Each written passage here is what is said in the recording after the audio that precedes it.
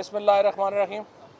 अब से कुछ देर पहले सुप्रीम कोर्ट ने जो आज की प्रोसीडिंग्स थी, जो चौधरी परवेज़ इलाही साहब की पटिशन के ऊपर, उसके ऊपर पहले दिन की जो कार्रवाई है वो उसकी मुकम्मल हुई है।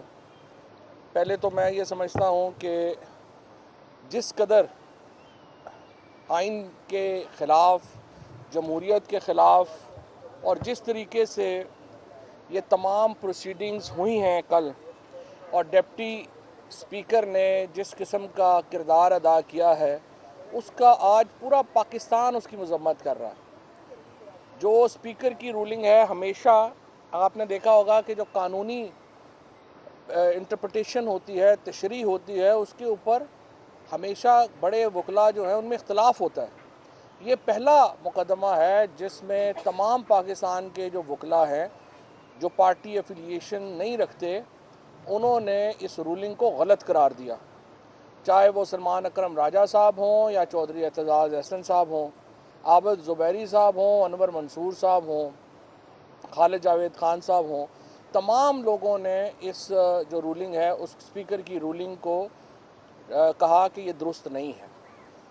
वफाक में इस वक्त जो सूरत हाल है, 84 सीटों लेके नून लीग का वज़ीर आज़म है और 155 सीटों वाली तहरीक इंसाफ अपोजिशन में बैठी है कि जो 186 सीटों वाली पार्टी और इत्तेहाद है उसको अपोजिशन में भेज दें और 178-79 वाले जो ग्रुप है उसको इक़्तिदार दे दिया जाए।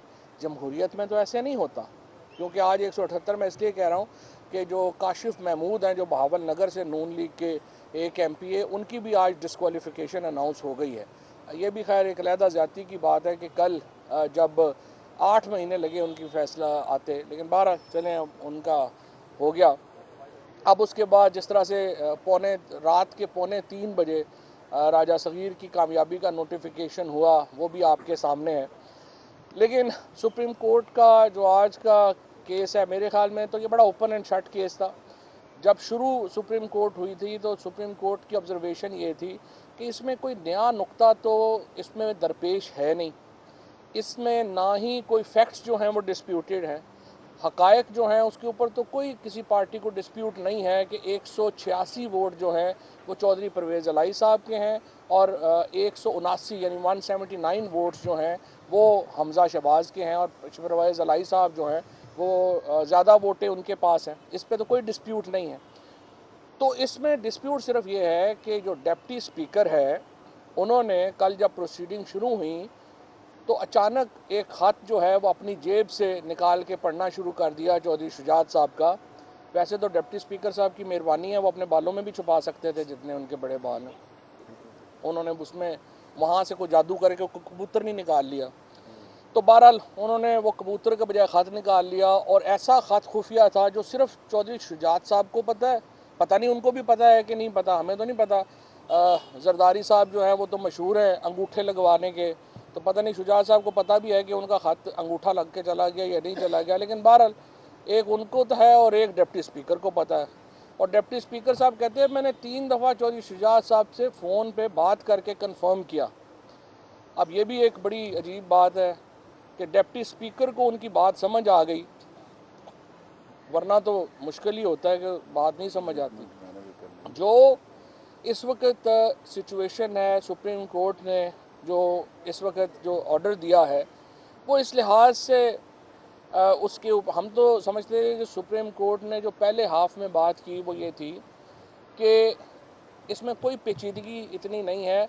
आपने सिर्फ ये बताना है डिप्टी स्पीकर ने कि हमारे फैसले का कौन सा वो पैरा है जिसको पढ़ के वो इस नतीजे पे पहुँचे कि क्यू लीग के वोट एक्सक्लूड कर दिए जाएँ। जो नून लीग है उसके बाद उन्होंने एक बदतमीज़ी की कैंपेन शुरू कर दी सुप्रीम कोर्ट के ऊपर। आज जो सोशल मीडिया के ऊपर चीफ जस्टिस और जजेस के ऊपर जो ट्रेंड्स चलाए गए, हम उसकी शदीद मजम्मत करते हैं। और फिर उनके वकील भी और फिर जिस तरह से प्रेस कॉन्फ्रेंसेस हुई और एक जो पंजाब का इनका वज़ीर है और राना सनाउल्लाह जो है वो कह रहे हैं कि जी बेंच ही चीफ जस्टिस जो है वो फुल कोर्ट बनाए। यानी अगर सुप्रीम कोर्ट का बेंच भी जो है वो राना सनाउल्लाह ने और इनके पंजाब के 1-2 वज़ीरों ने मिलकर बनाने हैं तो फिर इस तरह कर लें कि सुप्रीम कोर्ट तो ख़त्म हो गई, फिर तो यही कर लें। इसलिए जो ये फ़ैसला है आज हमज़ा शहबाज का हलफ जो है उसको तो सुप्रीम कोर्ट ने सेट असाइड कर दिया है, जो आज सुबह का हुआ है, और उसकी जो हैसियत है वो अब एक अबूरी वज़ीर